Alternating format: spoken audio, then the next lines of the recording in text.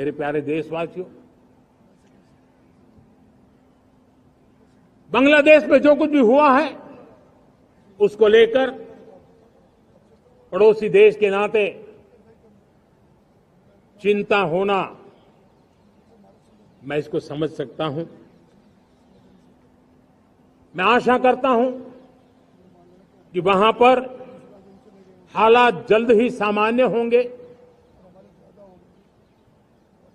खास करके 140 करोड़ देशवासियों की चिंता कि वहां हिंदू, वहां के अल्पसंख्यक, उस समुदाय की सुरक्षा सुनिश्चित हो। भारत हमेशा चाहता है कि हमारे पड़ोसी देश सुख और शांति के मार्ग पर चले। शांति के प्रति हमारा कमिटमेंट है, हमारे संस्कार है। हम आने वाले दिनों में बांग्लादेश की विकास यात्रा में हमेशा हमारा शुभचिंतन ही रहेगा, क्योंकि हम मानव जाति की भलाई सोचने वाले लोग हैं। मेरे प्यारे देशवासियों, हमारे संविधान को 75 वर्ष हो रहे हैं।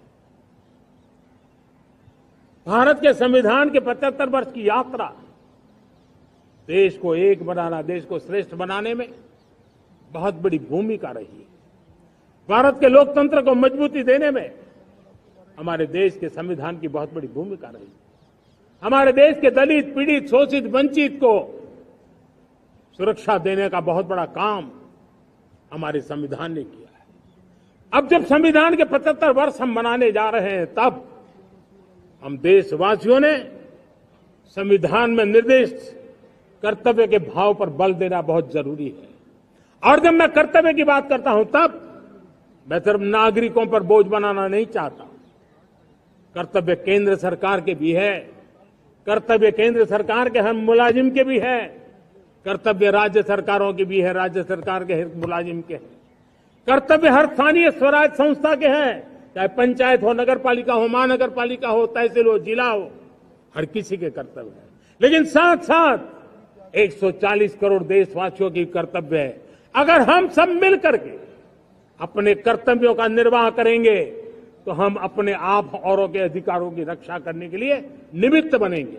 और जब कर्तव्य का पालन होता है, तब अधिकारों की रक्षा निहित होती है। उसके लिए कोई अलग से प्रयास करने की जरूरत नहीं पड़ जाती है।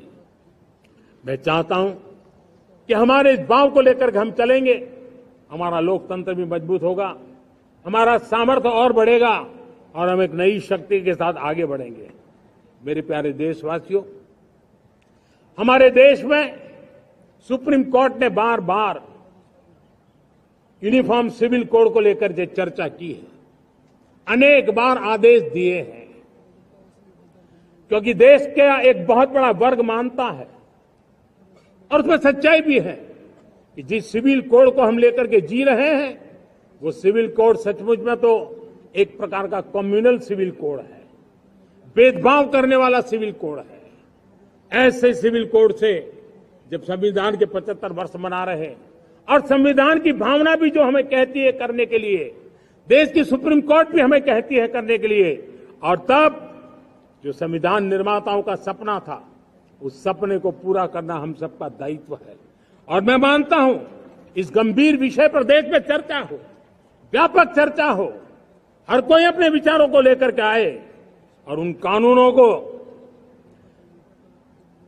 जो कानून धर्म के आधार पर देश को बांटते, जो ऊंच नीच का कारण बन जाते हैं, ऐसे कानूनों को आधुनिक समाज में कोई स्थान नहीं हो सकता है।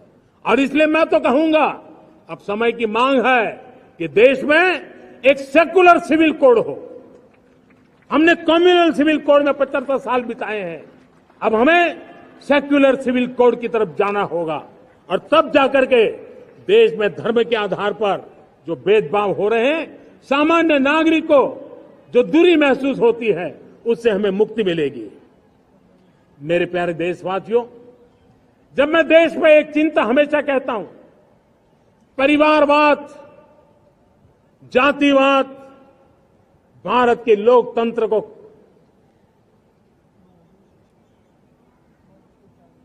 बहुत नुकसान कर रहा है।